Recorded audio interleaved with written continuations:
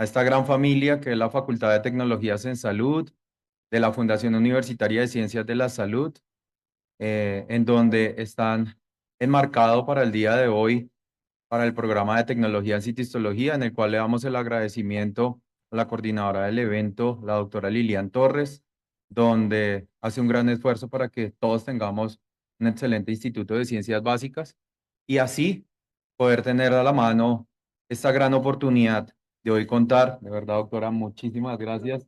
Bienvenida a su casa siempre a la doctora Isabel Cristina Almonacid Urrego.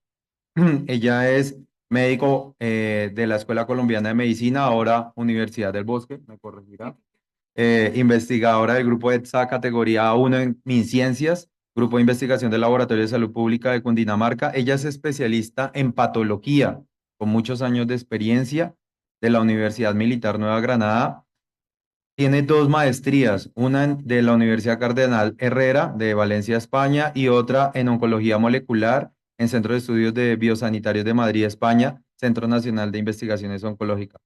Apasionada al virus del papiloma humano, ¿sí? También muy apasionada en transmitir el conocimiento. Nos ha apoyado por muchísimos años en diferentes actividades académicas, de la mano también con la señora Miriam Puerto, con temas de investigación, y esperamos así que sea de gran beneplácito para ustedes tener la oportunidad de escucharla, de aprender, y doctora, el auditorio totalmente suyo. Gracias. Buenos días a todos. Pues primero que todo agradecerles por su asistencia, agradecerles a Martín y a Miran por la invitación a estar con ustedes en este evento. Yo creo que unos 45 minutos. Y la idea es hablarles, ay, perdón, hice un, sí, bueno, sí, pensé que esto como se ha modernizado tanto, sí.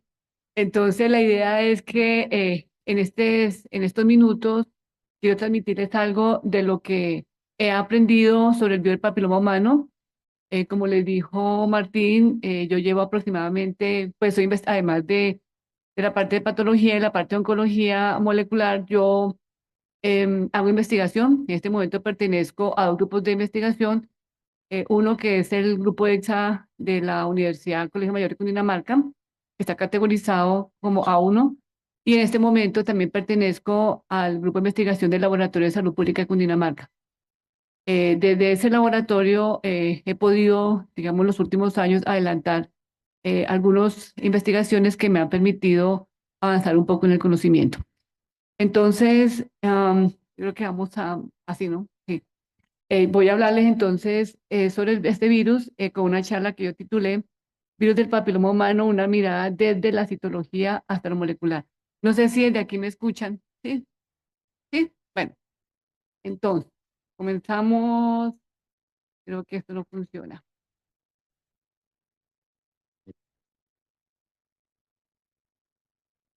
Venga, lo hacemos manual. No sé, entonces, ¿cómo no?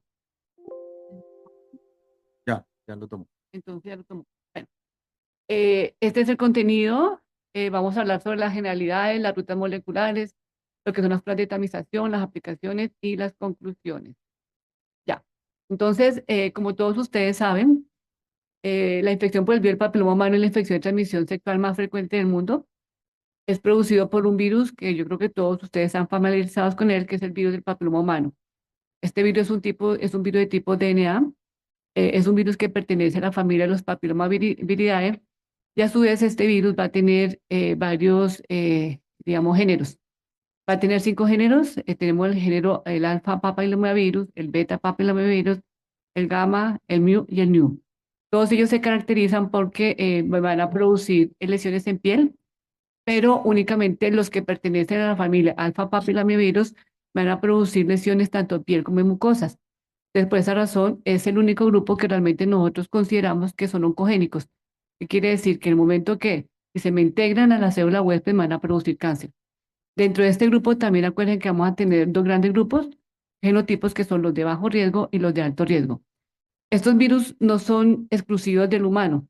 También se han encontrado digamos, en los animales, se han encontrado en aves, se han encontrado en reptiles, se ha encontrado en monos, pero una característica de este virus es que este virus no es de transmisión, digamos, no se transmite del humano, del animal al humano, como si sucede en otros virus, como en el caso del SARS-CoV-2. Desafortunadamente, en Colombia todavía el cáncer de cuello uterino es considerado es considerado pues una enfermedad que va a tener un impacto en salud pública, y todavía desafortunadamente en este momento pues tenemos, se dice que más o menos al año se diagnostican aproximadamente unas 400.000 mujeres, y de las cuales más o menos están falleciendo 12 más o menos al día. Entonces realmente se considera, por esta razón, es una enfermedad que me va a generar un gran impacto en salud pública. Como les dije, entonces, esta familia pues va a tener aproximadamente unos 150 genotipos, de los cuales 42 de ellos me van a infectar tracto genital.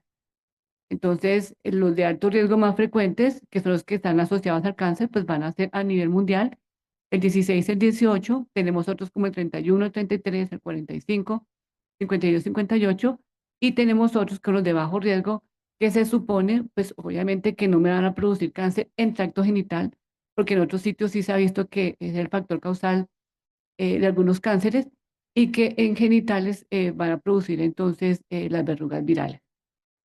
A nivel mundial se ha visto o siempre se ha asociado que la mayoría de los tumores, o lo que nosotros conocemos, o lo primero que estudiamos, es que este virus es el factor causal del cáncer de cuello uterino.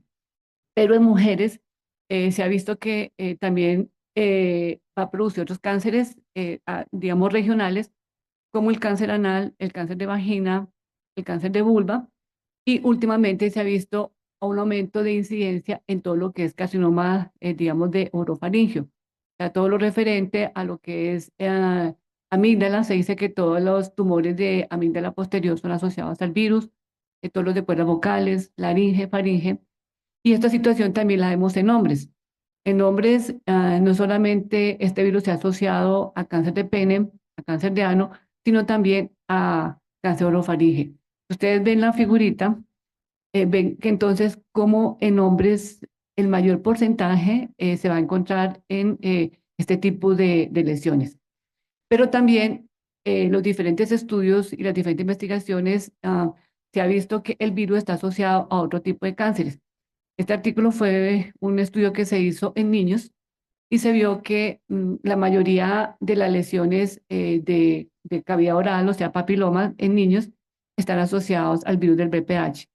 Este fue otro estudio que se hizo donde se determinó que el virus sí se encontraba en placenta, se encontraba tanto en membranas plasmológicas, en vellosidades. ¿Eso qué quiere decir? Que este virus no solamente tiene transmisión, digamos, directa, sino que entonces también puede tener una posible transmisión sérica, y también transmisión a través de la placenta. Este estudio fue un estudio que se hizo en pulmón. Se vio que entonces que también este virus se encuentra asociado a los adenocarcinomas de pulmón. En este momento ya el VPH, sobre todo el 16 y el 18, que son los de, digamos, los de alto riesgo, de mayor incidencia y prevalencia a nivel mundial, se vio que estaban asociados a ese tipo de tumores. Entonces, en este momento, cualquier adenocarcinoma, digamos, periférico de pulmón, en pacientes jóvenes o en pacientes que, digamos, no tienen antecedentes de pronto asociados a este tipo de tumores, hay que pensar que está la presencia del virus. En vejiga también se ha encontrado, en próstata. Este fue un artículo que nosotros publicamos, un artículo de revisión.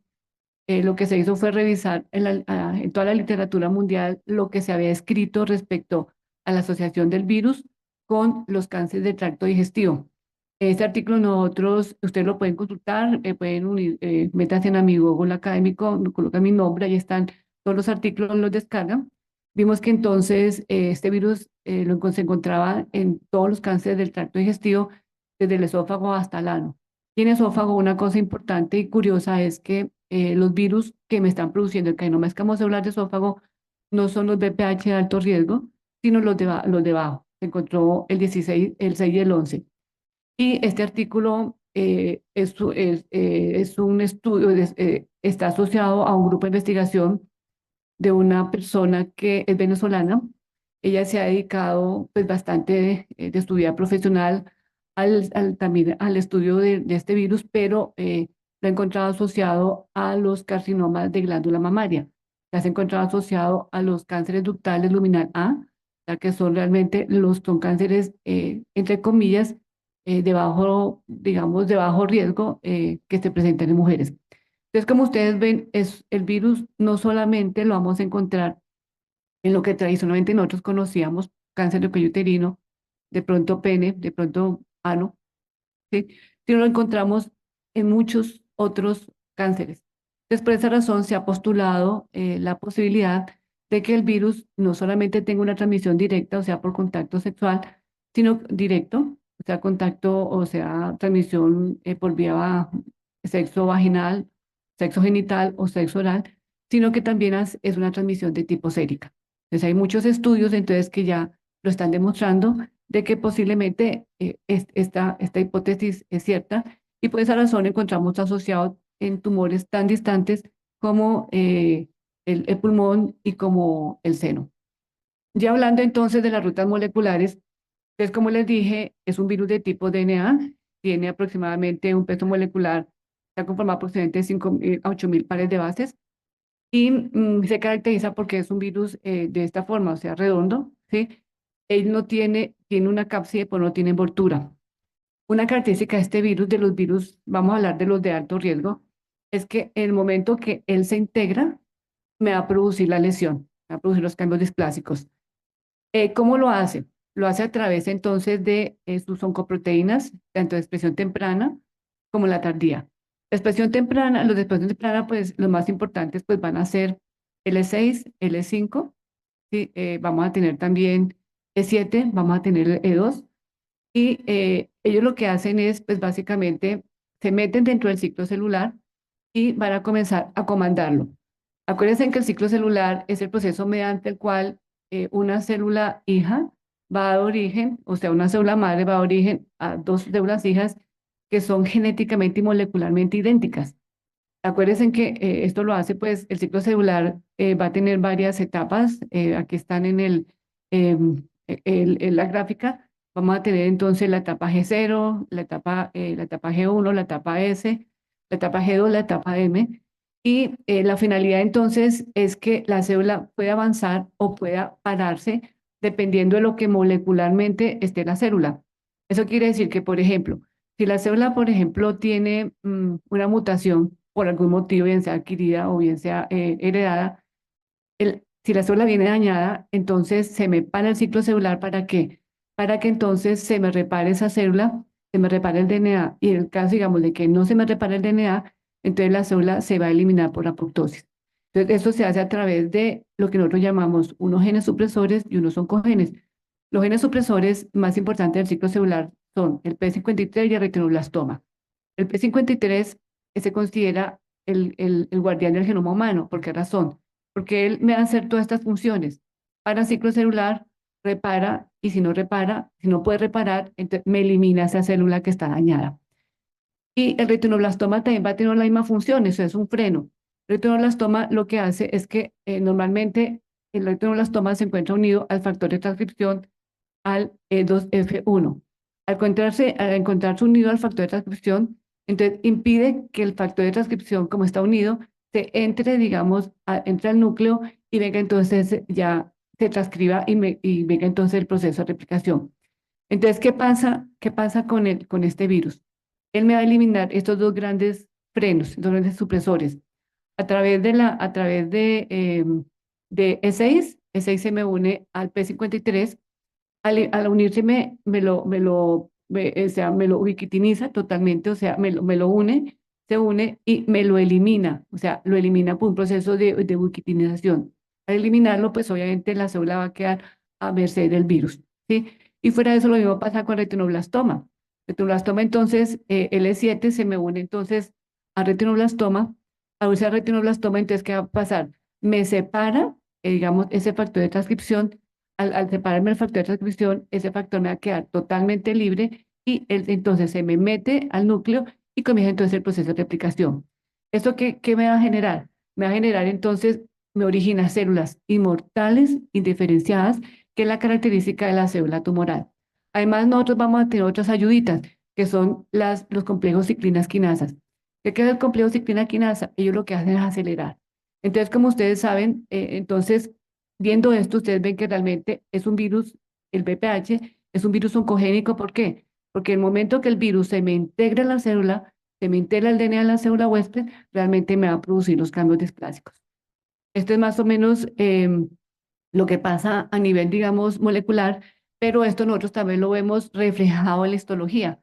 Acuérdense que en el tejido nosotros vamos a ver los cambios que el virus ha producido en el tejido una vez que se me ha integrado. Normalmente entonces el virus, una vez que se me infecte, es el estado natural del virus, me infecta a la persona, dice que aproximadamente el 90% de las pacientes me van a eliminar el virus, pero dicen que entre un 10 a un 15% no me lo van a eliminar.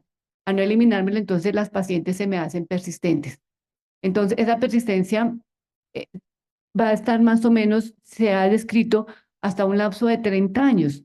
O sea, el virus me infecta, me queda en la membrana basal, no lo elimino y posteriormente, en el momento de que digamos, las condiciones del paciente sean las adecuadas porque se bajan defensas, el virus se me integra y viene el proceso de carcinogénesis. Entonces, por esa razón es que yo veo en este momento pacientes que, por ejemplo, tienen 89 años con cáncer de cuello uterino, que se han podido infectar digamos, cuando tenían 50 años o menos, y el virus me permanece y posteriormente se me va a integrar.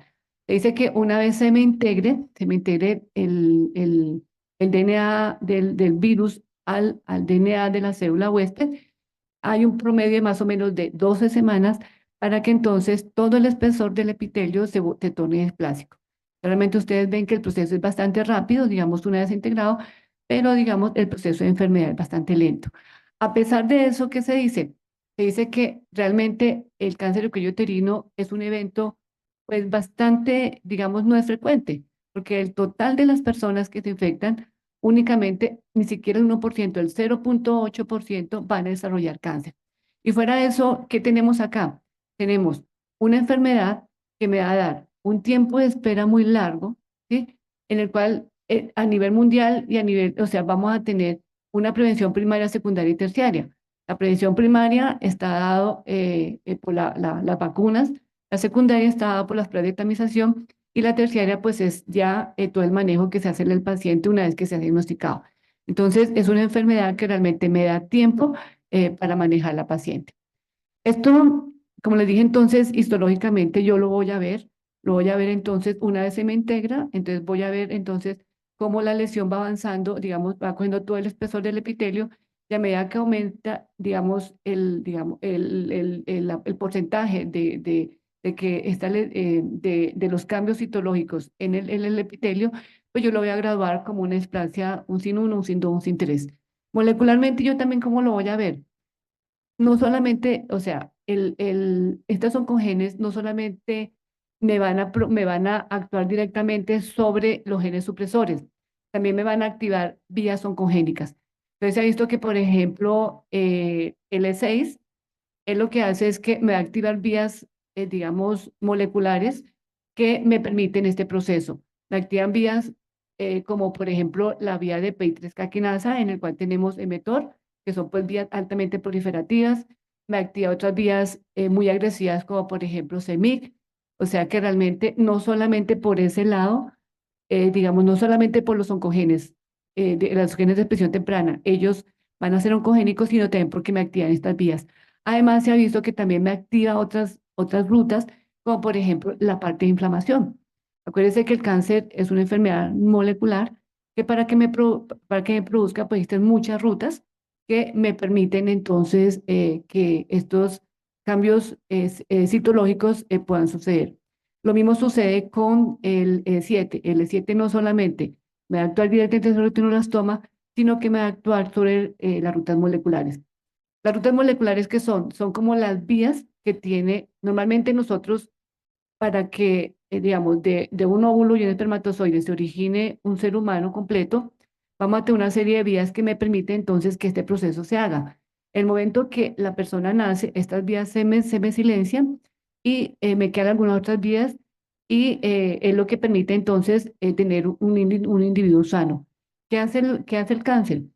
La célula lo que hace es activar estas vías, o sea, la vía básicamente consta de un receptor y una serie de proteínas que están de ahí para abajo, se van activando y la finalidad de eso es activar un factor de transcripción que al final me va a entrar el núcleo y que entonces la finalidad es producir una proteína. Entonces, eso es lo que hace el virus, ¿no? No solamente me ataca la parte, digamos, del ciclo celular, sino también entonces me activa toda esta serie de vías oncogénicas.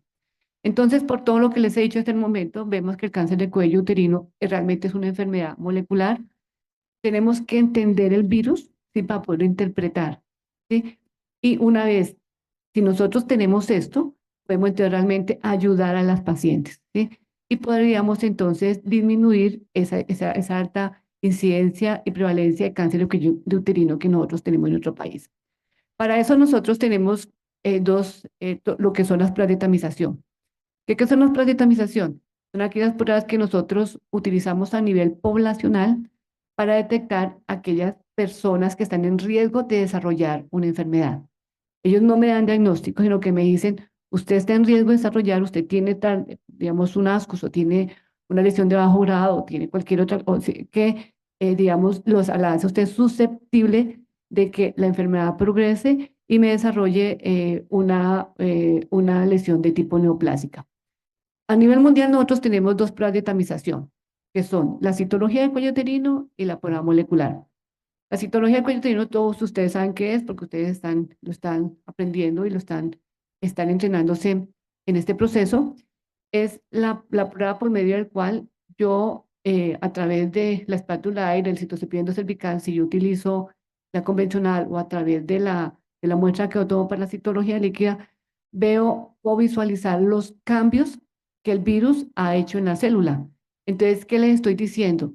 Le estoy diciendo que esta prueba me está diagnosticando enfermedad en este momento. Y la otra prueba, esta prueba pues va a tener una sensibilidad del 30 al 80%, 87% con una especificidad del 98,6%. ¿Eso qué quiere decir? Que en la medida que la lesión sea más alta, entonces obviamente si yo pongo varias personas a leer una lesión de alto grado, muy probablemente el total de las personas me van a diagnosticar una lesión de alto grado. Mientras que en la medida que la lesión sea más baja, pues obviamente el grado de dificultad va a ser mayor, va a haber una mayor discrepancia entre los lectores. Y la otra prueba que nosotros tenemos son las pruebas que me detecta la presencia del virus. Esa prueba realmente me está detectando infección y ella me da de una sensibilidad del 87 al 98 con una especificidad del 86 al 95. Entonces, para que ustedes recuerden, acuérdense, la citología de cuello uterino es la prueba de tamización para el diagnóstico de lesiones preneoplásicas y neoplásicas de cuello uterino y me detecta los cambios citológicos producidos en la célula por la integración del DNA viral a la célula huésped. Entonces, eso quiere decir igual enfermedad. Entonces, para que no los olvide, tengan en cuenta que la única prueba en este momento que me diagnostica enfermedad se llama citología de cuello uterino. Y la otra prueba, ¿cuál es? Es la prueba molecular. La prueba molecular, nosotros tenemos dos tipos de pruebas moleculares. Tenemos pruebas de DNA y pruebas RNA. Las pruebas de DNA son aquellas que realmente me detectan la infección. Y estas pruebas son las pruebas que yo utilizo para tamizar. Entonces, ¿qué les quiero decir? Que en este momento yo que estoy detectando, por un lado está detectando la enfermedad, que es la citología del cuello uterino, y por el otro lado me estoy detectando que infección, que es la prueba de DNA. Yo para tamizar, yo no utilizo pruebas RNA. Existen pruebas RNA que me detectan el RNA mensajero E6E7, que ¿qué quiere decir? Que son aquellas, digamos, oncoproteínas que se expresan una vez el virus se me ha integrado. Esas pruebas RNA mensajero E6E7 realmente me están diciendo, yo estoy enfermo. Entonces, pero estas pruebas no se utilizan para tamización. Son pruebas que en este momento están utilizando para estudios y en algunas partes, no en Colombia, en otras partes, muy probablemente están utilizando ya para diagnóstico. Entonces, en conclusión, lo que nosotros utilizamos en Colombia en este momento se llaman citología de cuello uterino, ¿sí? Que me está detectando enfermedad, y prueba molecular DNA que me está detectando infección. Entonces, por esa razón, ¿qué les quiero decir? que son dos pruebas totalmente independientes. La una me dice estoy enferma, la otra me dice estoy infectada, pero que son pruebas que la una no excluye a la otra, ¿sí? Sino que tiene que ser de una prueba conjunta, o sea, un COTEX, para poder entonces determinar, digamos, el estado real de la paciente. Debido a eso, entonces, se han hecho estudios a nivel mundial para saber qué es mejor, si yo tamizo solo con citología de cuello uterino, si yo tamizo solo con prueba molecular o si tamizo entonces con las dos juntas. Este fue un estudio que se hizo en Estados Unidos, se hizo en el año 2015, que tamizaban aproximadamente 256 pacientes de diferentes sitios, digamos, de tamizaje. A unas se les hizo solo citología de prueba de cuello uterino, a otra se hizo prueba molecular y a la otra se hizo el COTEX, o sea, la unión de la citología con la prueba molecular. Se les hizo seguimiento y vio entonces cuál era el comportamiento. Entonces, ¿qué se vio? Que aquellas pacientes donde únicamente se utilizaba la prueba molecular, o sea, aproximadamente el 18.6% de las pacientes con lesiones de alto grado y con cánceres de cuello uterino son negativas en prueba molecular. Si utilizo solamente citología de cuello uterino, dice que aproximadamente el 12.3% de las pacientes pues van a ser negativas teniendo la lesión solo con citología. Mientras que si yo utilizo las dos pruebas conjuntas, unidas, tanto la citología como la prueba molecular, se dice que aproximadamente el 5% entonces se van a perder. Entonces, por esa razón, ellos llegaron a la conclusión que el mejor screening para detectar aquellas pacientes que están en riesgo de desarrollar esta enfermedad se llama COTEX. ¿Qué es el COTEX? Es la unión de la citología uterino más la prueba molecular. Entonces, teniendo como premisa eso, nosotros hemos tratado de averiguar si realmente esto también pasa en Colombia, porque nos preocupa mucho. O sea, ¿por qué razón una prueba molecular puede salir negativa? La prueba molecular es una prueba de tamización que va a tener una fase preanalítica, una fase analítica y una fase postanalítica. Entonces puede haber errores en la toma, errores en el proceso, ¿sí? Y errores en el diagnóstico. Pero también se ha visto que que en los virus oncogénicos, como es este es el caso, existe la teoría del hit and run, que es la teoría de golpe y fuga. ¿Eso qué quiere decir? Que el virus infecta la célula, me va a producir entonces la integración del DNA. Una vez que se me integre, pues ustedes vieron ahí que me va a producir entonces todos los cambios, digamos, moleculares necesarios para que esta célula se me vuelva displásica, pero llega un momento en el cual la célula no necesita del virus para seguir replicándose de una forma displásica porque ya lo tiene. Entonces, el virus se sale.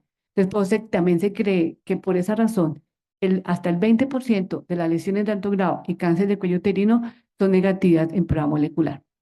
¿En qué otras muestras yo puedo, digamos, identificar el DNA viral? Porque normalmente pues se ha dicho que en la citología líquida, y yo lo puedo hacer, pues lo puedo utilizar en otras muestras como a partir de tejido parafinado, lo puedo utilizar también, lo puedo detectar a partir del autotoma, y el autotoma pues se ha visto que es un procedimiento pues bastante, digamos que bastante sensible, que me permite entonces detectar, digamos, a partir de la misma la misma mujer se toma la muestra, se toma desde el canal vaginal y se ha visto que realmente tiene una muy buena sensibilidad y especificidad para la detección de estos virus. Es una prueba que realmente es muy, digamos, beneficia de pronto en aquellas poblaciones donde no se tiene acceso digamos, al personal para la toma o también aquellas poblaciones donde realmente las pacientes por su cultura no permiten entonces que otra persona le haga este tipo de tomas. En este momento también se puede hacer detección de pH a partir de orina. En orina, en mujeres, este kit, digamos, ya está aprobado y se está utilizando en Europa. Se ha visto que si se recoge de la primera muestra de orina de la mujer, este instrumento se llama el Colipip. Se recoge ahí, la primera porción se elimina, se recoge la segunda y de la orina hacemos la extracción del DNA. Entonces se ha visto que también tiene una muy buena sensibilidad, especificidad, y ya se está utilizando en Europa para mujeres, ¿sí? Aquí en Colombia todavía no se ha implementado, pero hace 8 días yo tuve otra charla con un grupo y una persona de Boyacá que me dijo que lo estaban utilizando en mujeres. Entonces, para que ustedes sepan que también a partir de orina, que también podría hacer entonces la detección del virus. Lo que pasa es que en este momento, pues obviamente no está implementado como prueba de tamización. Y también a partir de biomarcadores a nivel sérico. Entonces, en este momento también se está estudiando y sobre todo la detección del RNA mensajero 6C7 a partir de sangre. Entonces, para que ustedes vean, esto es un universo muy grande. Si ustedes quieren estudiar el virus, pues lo pueden utilizar, lo pueden estudiar desde la muestra que ustedes quieran. Lo importante es obtener un adecuado nivel de DNA con un adecuado grado de pureza que me permitan entonces posteriormente llevar ese DNA a la genotipificación para poder detectar entonces qué virus están infectados. Este es el proceso. Entonces, la primera foto corresponde pues a la toma de la citología líquida. El segundo proceso corresponde a la obtención, o sea, el proceso para poder determinar la presencia o poder obtener DNA a partir del tejido parafinado. Nosotros hemos utilizado esta tecnología.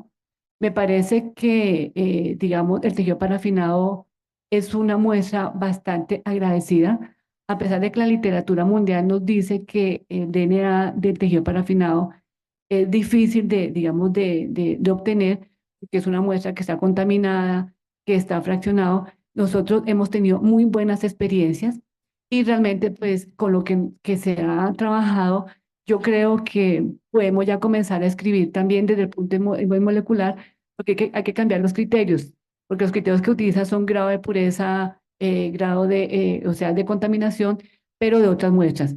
Entonces, este es el proceso, se hace el corte del tejido parafinado, se hacen aproximadamente unos 5 cortes más o menos de 4 a 5 micras. El material entonces se envuelve en rollito y se mete en los gliales y eso es lo que se manda entonces al proceso de extracción. ¿Cómo se hace la extracción? La extracción se puede hacer o manual o también se puede hacer automatizada. Nosotros tenemos la experiencia, sobre todo en la parte manual. El manual se hace por la técnica de columna y lo que les digo, hemos tenido muy buen DNA. Una vez entonces, la gráfica que está abajo es el DNA que se obtiene y con ese DNA, una vez que ustedes tengan el DNA en su mano, ustedes pueden hacer lo que quieran con ese DNA. Entonces, una vez que nosotros tengamos el DNA, lo pasamos entonces a la parte de genotipificación. ¿De cómo se genotipifica? En el mercado existen varios kits que realmente me cuantifican pues la presencia de los virus. Tenemos, por ejemplo, el primero que son 35 genotipos, me identifican 18 de alto riesgo, 17 de bajo riesgo. El segundo son 32 genotipos que me identifican BPH entonces de alto, de bajo riesgo y grado intermedio. Nosotros hemos utilizado los dos nos ha ido perfecto y posteriormente que nosotros tengamos entonces esta genotipificación se hace entonces en el equipo de trabajo que es ¿no? O sea, en el equipo que me permite entonces determinar entonces cuáles son los genotipos que me están infectando la muestra que yo estoy analizando. Entonces, ¿por qué les cuento esto? Porque nosotros hemos utilizado todas estas técnicas en los trabajos de investigación. Este fue un primer trabajo de investigación que se hizo, de pronto fue el primero que nosotros hicimos como el acercamiento de que íbamos a encontrar a partir de tejido parafinado. Se hizo un estudio en muestras de tejido parafinado de pacientes con cáncer de estómago y con gastritis. Entonces, les traje esta, pues encontramos en cáncer de estómago, encontramos el BPH16. Pues les traje esto porque me pareció muy curioso. Fue una paciente que no tenía ningún antecedente de infección por el virus del papiloma humano. La biopsia correspondía a una gastritis crónica, superficial, inactiva, sin helicobacter, y le aislamos el BPH52. Entonces, de aquí surge otra hipótesis. ¿El virus necesita de la inflamación para poderse desarrollar? Yo creo que sí. No sé si ustedes saben que en este momento ya se aprobó para los cánceres de cuello uterino avanzados, se aprobó el uso de la inmunoterapia. La inmunoterapia es una terapia dirigida y se ha visto que una muy buena respuesta, generalmente las posibles pacientes, o sea, candidatas para este estudio, son biopsias que tienen mucho, digamos, respuesta inflamatoria y realmente tienen linfocitos como en el frente de la célula tumoral. Entonces yo creo que sí, yo creo que realmente, como les dije, una de las vías, digamos, para el desarrollo del cáncer la inflamación. Continuamos en los estudios. Este fue pues un segundo estudio que se hizo. El primer estudio lo hice con el grupo EXA. Estos dos últimos que les voy a presentar lo he desarrollado en el Laboratorio de Salud Pública de Cundinamarca, también en conjunto con el grupo EXA. Este segundo trabajo, lo que yo quería hacer era mirar si realmente podíamos encontrar el virus en sangre. ¿Qué hicimos? Entonces, se consiguieron pacientes, se consiguieron 11 pacientes que tenían diagnóstico de cáncer de cuello uterino y lesión de alto grado y en las cuales no se les había tratado. Porque la finalidad era ver si podíamos captar, digamos, la presencia del virus con pruebas de DNA. Y aprovechamos a la vez porque esas pacientes, algunas tenían citología líquida, o sea, su genotipificación, y la mayoría de ellas tenían el test tejido parafinado. Entonces, hicimos un comparativo. Bueno, este es el artículo por si ustedes lo quieren consultar. Se publicó el año pasado en la revista Nova y lo llamamos Identificación del virus del papiloma humano VPH en diversas muestras de pacientes con diagnóstico de lesiones de alto grado de cuello uterino, estudio piloto en una población colombiana. Entonces, si lo quieren consultar, con mucho gusto, ustedes se meten al link, ya ahí ustedes se pueden, es un artículo bastante bonito, es muy fácil de entender, yo creo que para ustedes es muy beneficioso porque realmente van a realmente a entender lo que es este virus. Entonces, yo les traje estas tablas que de pronto me resumen lo que nosotros encontramos. Entonces, las pacientes que encontramos ahí estaba entre los 20 años y los 69 años. En la segunda tabla que vemos la distribución de los genotipos en citología líquida, pues ustedes ven que había BPHs, digamos, 18, encontramos otros. Si ustedes ven los otros, son los que se presentan como en un 50%, pero me llamó mucho la atención la última paciente. La última paciente es una paciente de 56 años con una lesión de alto grado, con una prueba molecular negativa. O sea que si nosotros nos remitimos, ¿sí?, a lo que dice la literatura mundial, estamos confirmando lo que dice la literatura mundial. El 20% de las pacientes con lesiones de alto grado y prueba molecular son negativas en prueba molecular. Pero entonces, la tercera es la tabla de lo que nosotros encontramos en tejido parafinado y me llamó la atención que, bueno, digamos, perdón, en tejido parafinado encontramos encontramos esto, ¿no? Que, bueno, negativos fueron 3 pacientes, encontramos 16 en una, 16 en dos, y la paciente, bueno, encontramos 58, encontramos 56, encontramos 68, y la paciente que en citología líquida fue negativo, en tejido parafinado nosotros encontramos el 56. Entonces, ¿eso qué quiere decir? Que si nosotros nos remitimos a la prueba de tamización, o sea, las guías actuales que nosotros tenemos, esta paciente terminaría aquí, fuera negativa, y esta paciente entonces se tamizaría nuevamente a los 5 años con prueba molecular. O sea, ¿qué pasa con esta paciente en 5 años? No lo sabemos. Pero si nosotros utilizamos también otras herramientas como la detección de VPH a partir de tejido parafinado, pues realmente vemos que sí realmente entonces de pronto esto fue un error, de pronto pues o problema de la fase, de pronto en fase preanalítica, analítica no sabemos, pero que sí, pero que lo detectamos digamos, en el tejido parafinado. Entonces, para que ustedes tengan en cuenta eso. Y tenemos entonces que en plasma, pues todas fueron negativas. ¿Por qué? Porque nosotros utilizamos pruebas de DNA. Entonces, más adelante, de pronto este estudio quedó, pues, para retomarlo más adelante, a ver si de pronto entonces podemos hacer un nuevo estudio, pero con pruebas de tipo renal. Continuamos entonces el proceso. El anterior, pues, fue como el abrebocas a este nuevo estudio. Y como ya teníamos una muestra, digamos, ya un estudio previo, aplicamos entonces la fórmula para el estudio para los estudios pilotos en poblaciones y nos dio un N aproximadamente unas 63, 64 muestras y lo llamamos entonces identificación del virus del papiloma humano a partir de biopsias incluidas en parafina y fijadas en formol en pacientes con diagnóstico de lesiones premalignas y carcinoma de cervix en mujeres del departamento de Cundinamarca durante los años 2020-2022, estudio piloto. En el Laboratorio de Salud Pública de Cundinamarca, en este momento tenemos el grupo de investigación, pues va a tener 3 líneas. Esta pertenecería a la primera línea, que es las enfermedades transmisibles, a esta primera línea, ¿no? Y tenemos esta otra línea, tenemos una línea que es de la parte de zoonóticas, y tenemos la otra línea que básicamente es en aguas. Para este estudio, como realmente, ¿cuál es la finalidad? Este fue un estudio básicamente descriptivo, o sea, no es un estudio de correlación, que un estudio de correlación es el que me permite entonces, yo tengo dos muestras, serían dos muestras exactamente iguales, digamos, eh, yo, para hacer estudio de correlación tendría que ser, haber correlacionado lo que me resulta en la prueba molecular por citología líquida y lo que me resulta en la prueba molecular a partir de tejido parafinado. Pero como la finalidad de nosotros era mirar qué pasaba en el tejido parafinado de estas pacientes con lesiones de alto grado de cáncer de cuello uterino, realmente un estudio netamente descriptivo, vamos a escribir qué fue lo que encontramos. Para eso, como son estudios, digamos, que vamos a trabajar con humanos y con muestras biológicas, entonces se logró que desde el laboratorio se aprobara este estudio, este documento de transferencia de muestras que nos facilita el estudio de investigación. Porque como yo le decía a Miriam, estos estudios todos tienen que tener consentimiento informado y como son estudios retrospectivos, realmente nos quedaría muy difícil porque muchas de estas pacientes o no se van a contactar o muchas veces las pacientes han fallecido, que fue lo que nos pasó cuando hicimos el primer estudio, el que hicimos en cáncer gástrico, en la población inicial era como de 400 pacientes y realmente nos redujeron a 33. Pues conseguir consentimiento informado retrospectivo es bastante difícil. Entonces, si ustedes quieren de pronto hacer este tipo de estudios, ustedes podrían también hacer este tipo de documentos que les va a facilitar, digamos, el trabajo. Y fuera de eso, como son pacientes, son estudios como muestras biológicas, tienen que tener un consentimiento de un comité de ética.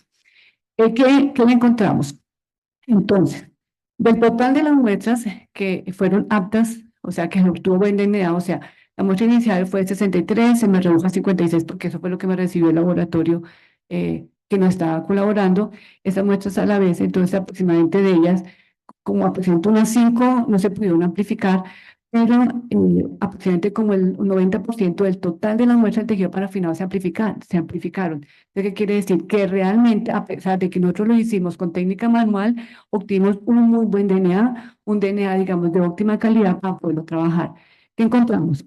Esto encontramos que realmente el 16 sí fue el más frecuente, ¿sí? O sea, lo encontramos en el 57% del total de la población estudiada, pero si ustedes ven de aquí para allá, ustedes no ven el 18, o sea, no encontramos 18 en esa población. Además, encontramos virus que realmente de pronto frecuentes, como por ejemplo el 31, el 33, el 52, el 58.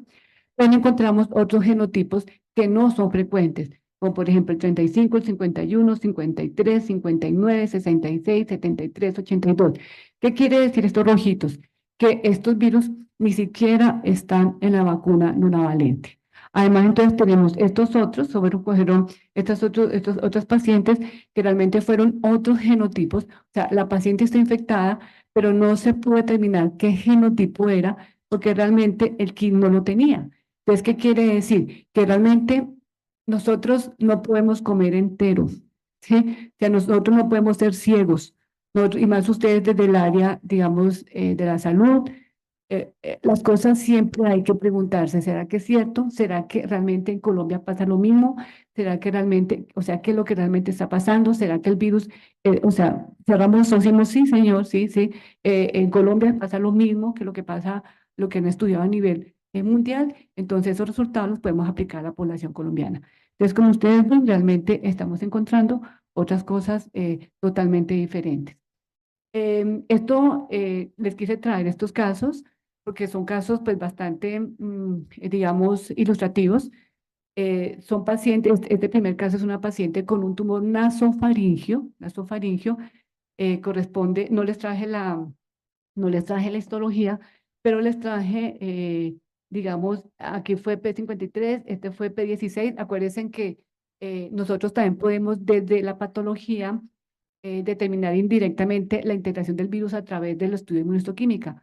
El estudio de inmunohistoquímica es el estudio por medio del cual yo a través de todos los tumores van a producir antígenos que me permiten identificar, yo le coloco unos anticuerpos específicos y por medio de un proceso enzimático hago que me produzca un color.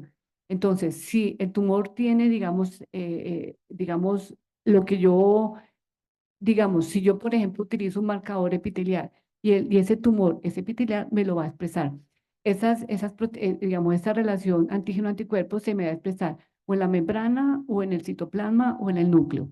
En el caso para, digamos, estudiar los cánceres asociados al BPH, nosotros vamos a tener un marcador que es el P16. El P16 es un gen supresor que también está dentro del ciclo celular y sobre todo actúa principalmente en la primera etapa del ciclo. ¿Qué pasa con el P16? O sea, el virus al eliminarme el P53 y al eliminarme el retinoblastoma, entonces me queda entre comillas libre el P16, no se me inhibe y entonces al no inhibirse entonces se me da sobreexpresar. Entonces indirectamente yo veo la enfermedad a través de la sobreexpresión del P16. ¿Y yo qué estoy valorando? Esto serían pruebas ya, digamos, ha habido transcripción, ha habido la producción de una proteína, entonces estoy valorando la presencia o ausencia de una proteína en el tejido que yo estoy estudiando.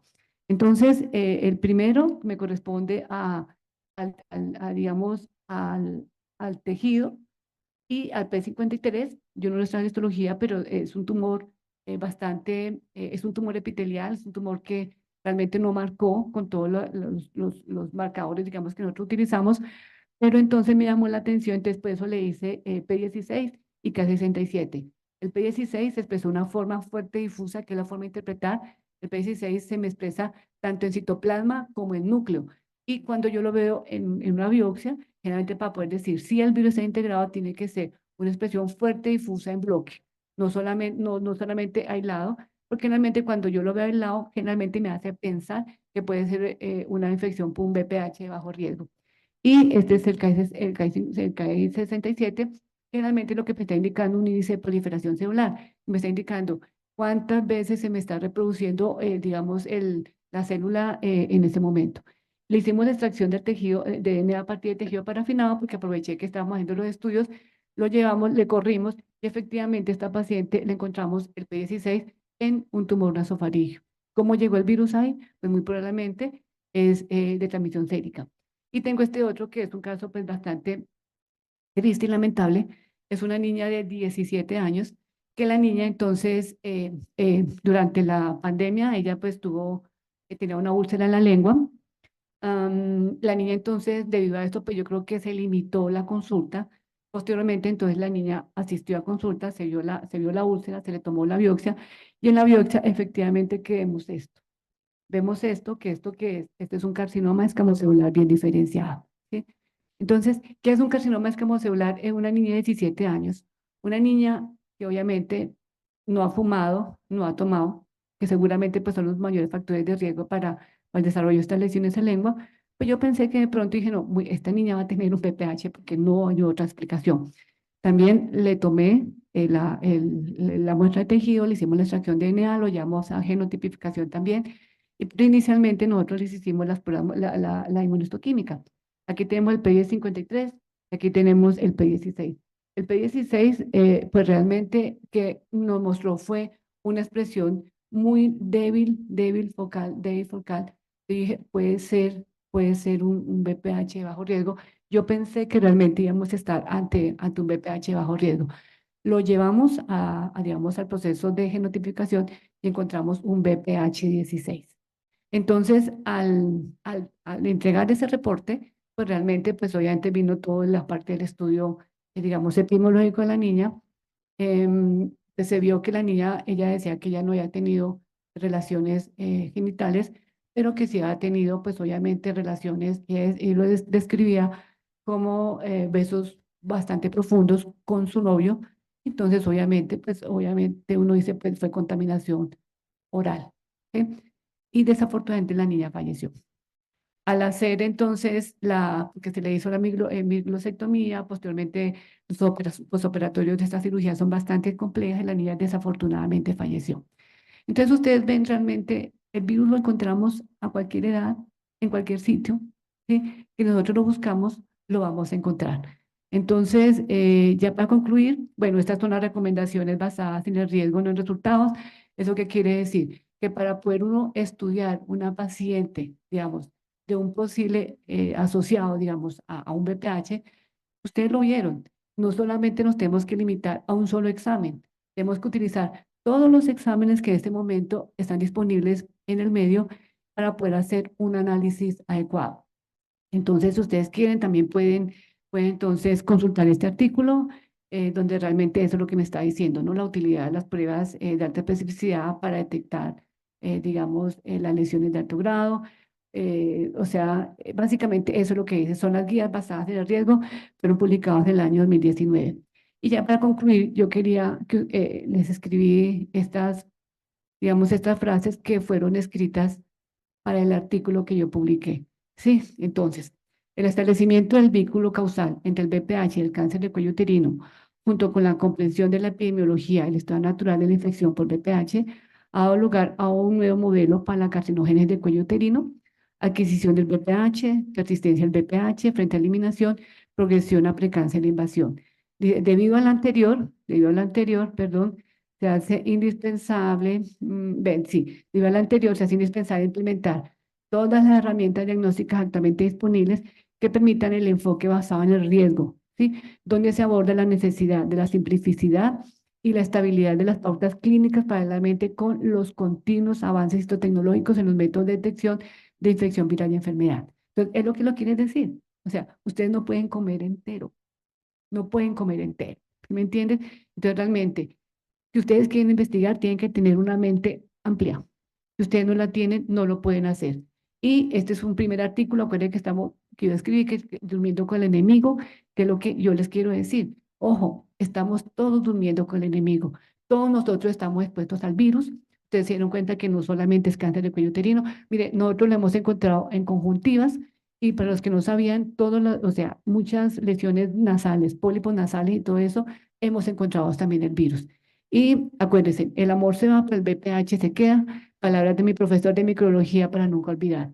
¿Eso qué quiere decir? Que yo puedo ser lo que les quise, lo que les comenté ya. Que una vez que me infecte, yo puedo convivir con ese virus hasta 30 años sin eliminarlo. Entonces, para que ustedes tengan en cuenta esto y estas son las conclusiones. El BPH es un virus oncogénico, agente causal de cáncer de cuello uterino y otros tumores malignos. Las pruebas de tamización me identifican individuos en riesgo de desarrollar una enfermedad. Las pruebas moleculares van a tener una alta sensibilidad y la citología tiene una alta especificidad. Yo puedo hacer extracción de DNA a partir de muestras diferentes de la citología líquida y acuérdense, manejo del paciente basado en riesgos, no en resultados de pruebas individuales. ¿Eso qué quiere decir? COTEX, unión de citología de cuello uterina más prueba molecular.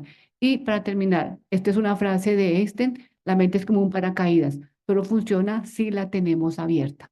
Entonces, como ustedes están hasta ahora comenzando su formación, no olviden esto, no olviden esto, ¿sí?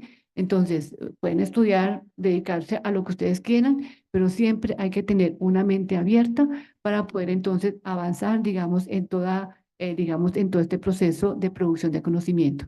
Y pues esta es la bibliografía y muchísimas gracias por la atención.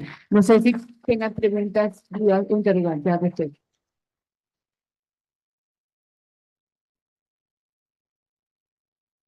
De verdad, muchísimas gracias, doctora Almonacid. Qué excelente presentación. Creo que esto nos enmarca lo valioso que es tener muy buenas ciencias básicas y el espíritu investigador y claramente seguir indagando. Esa es la invitación que en general deja la doctora.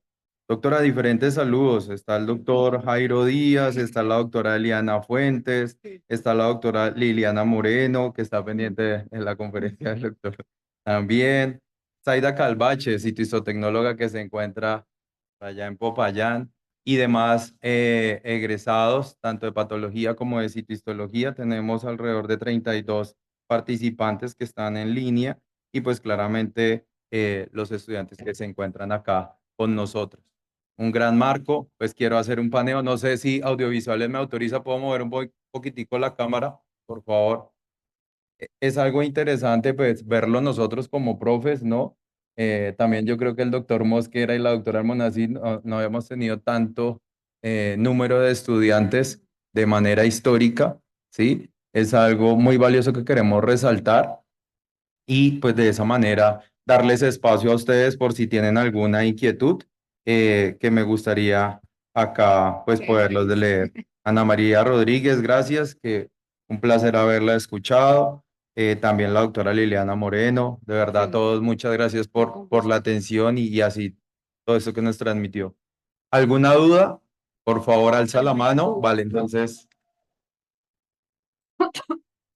No sé, Sí, ya, te van pues a pasar el vamos, micrófono. ¿sí? Sí, ¿Les van a porque, pasar el micrófono? porque deben escuchar lo que están. Listo, listo, listo, listo. Gracias. Ujú. Buenos días. Primero que todo, muchas gracias por la charla, muy importante, Sí. sobre todo para nosotros que nos vamos a enfocar en esto. Y mi pregunta es, dado que sí se puede hacer como la detección del virus por medio de sangre, ¿por qué cree usted que de pronto en Colombia no se tiene como esa eso como de forma de prevención, porque si todos estamos, pues las mujeres, todos sabemos que al ir a la EPS lo primero que nos dicen es que se debe realizar después de los 25 años.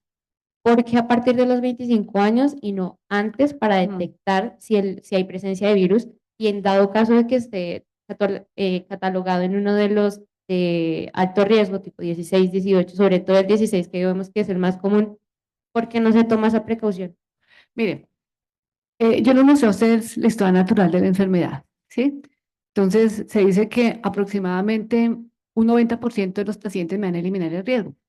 Se dice que una vez la persona comienza sus relaciones sexuales, se dice que aproximadamente el 90% de los pacientes van a estar infectados por el virus. Pero entonces hay la posibilidad de que ese 90% me lo elimine. Entonces, de pronto no lo hablé en la charla, realmente ustedes sí vieron que realmente las lesiones neoplásicas van a aparecer a partir de los 30 años. Entonces, se cree que a partir de los 30 años son realmente la población que está en riesgo de desarrollar estas lesiones. Entonces, por eso, si nosotros tomáramos, digamos, hiciéramos prueba molecular antes de los 30 años, un alto porcentaje de los pacientes estarían infectados, más no enfermos. Entonces, la finalidad, como yo les dije, la finalidad de las pruebas de tamización es detectar los pacientes que están en riesgo de desarrollar la enfermedad, o sea, pacientes que ya tengan esas lesiones. Después, esa razón, tanto en Colombia como a nivel mundial, la citología del cuello uterino y la prueba molecular, o sea, juntas, o digamos el COTEX, entre comillas, aquí en Colombia, se hace a partir de los 30 años. ¿Por qué razón nosotros no hacemos en sangre?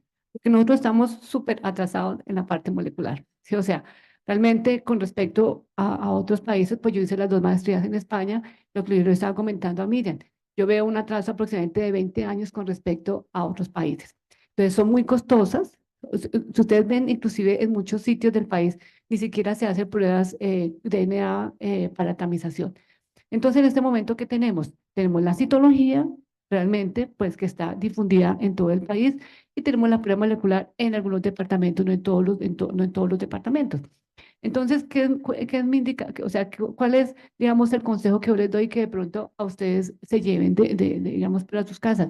La citología es una excelente prueba de tamización para el diagnóstico de la enfermedad. Pero ¿qué es lo que pasa?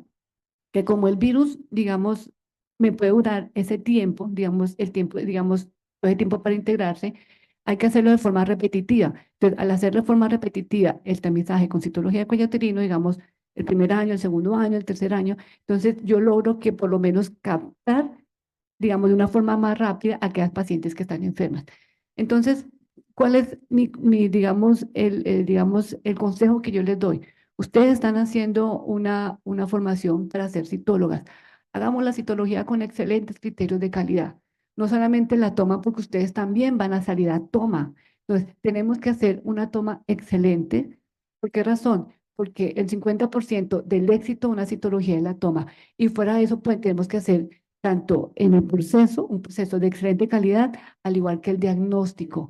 ¿Yo por qué lo digo? Porque yo también trabajo en otro sitio, a mí me llegan estudiantes rotando, o sea, rotantes, ya sea para citología, y yo veo que ustedes muchas veces no se integran al patólogo. Entonces, ¿qué es lo que hacen? De pronto quedan en manos únicamente de las personas, las citólogas, las histotecnólogas. El patólogo es una persona que les puede aportar muchísimo.